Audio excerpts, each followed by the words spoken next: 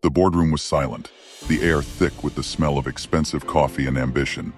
My boss, Mr. Graves, stood at the podium, a confident predator basking in the glow of the projector.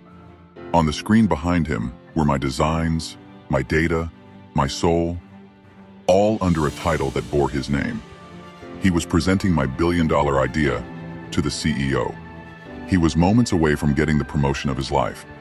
He smiled at me, a flicker of pity in his eyes. He thought I was broken. He had no idea I was the one holding the detonator.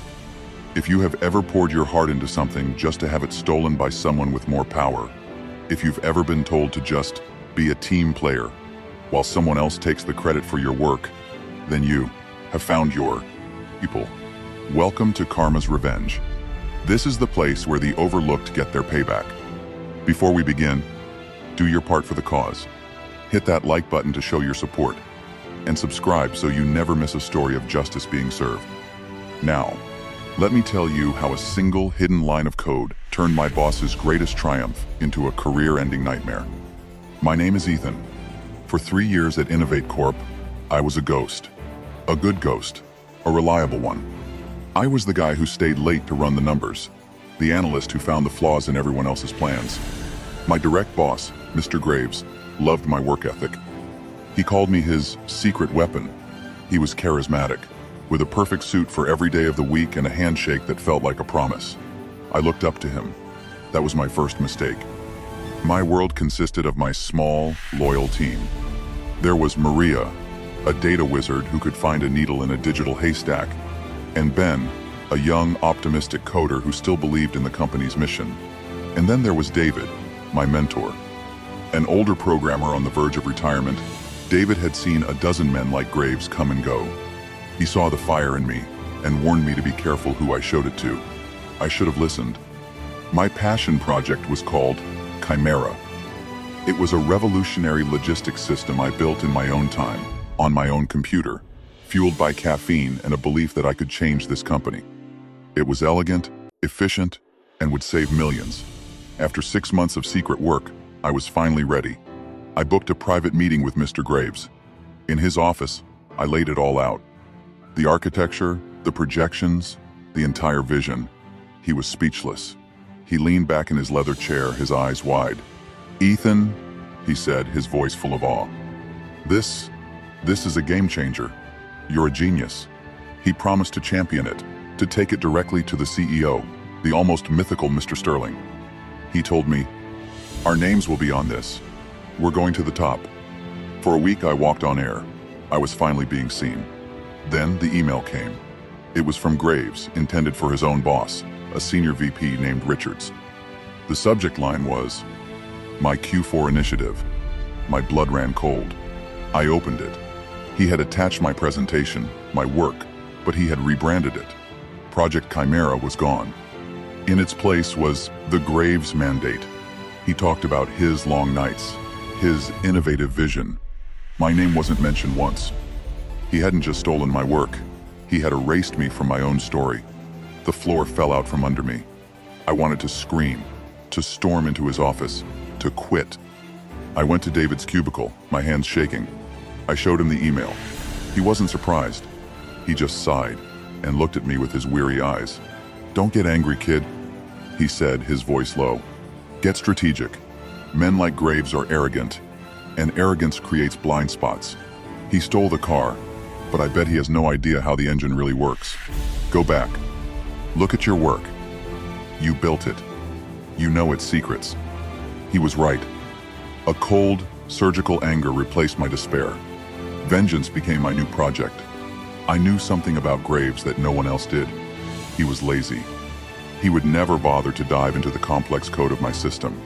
He only knew how to run the flashy presentation I'd made for him.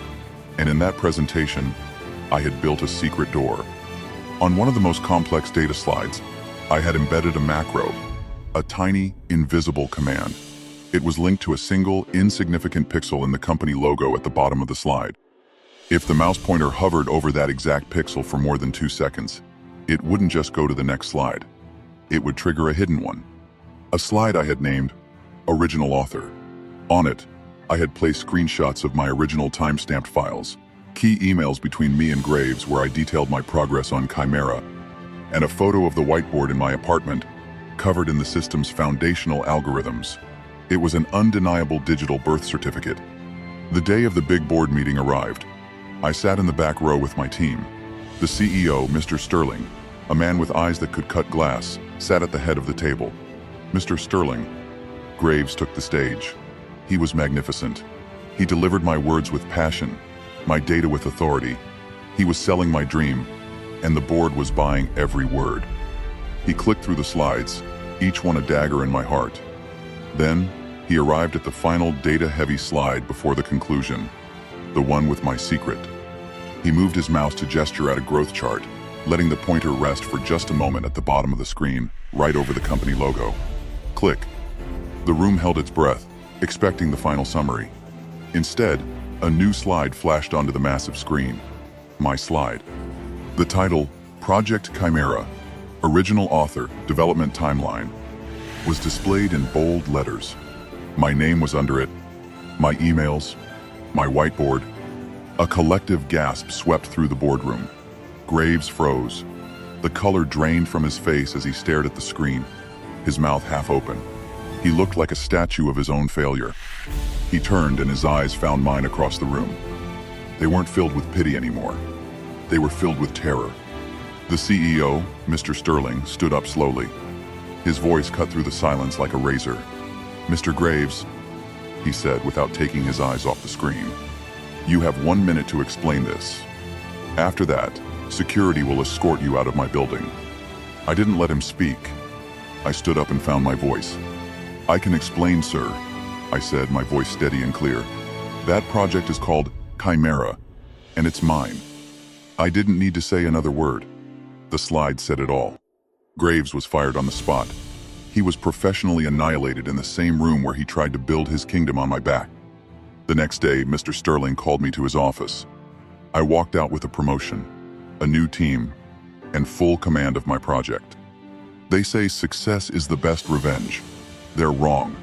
Public, undeniable, and perfectly executed revenge is the best revenge.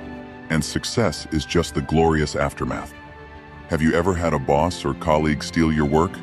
Tell us how you handled it in the comments below. Your story could empower someone else to stand up for themselves. And if you believe that hard work should always be rewarded, hit like and subscribe to Hearts in Uniform.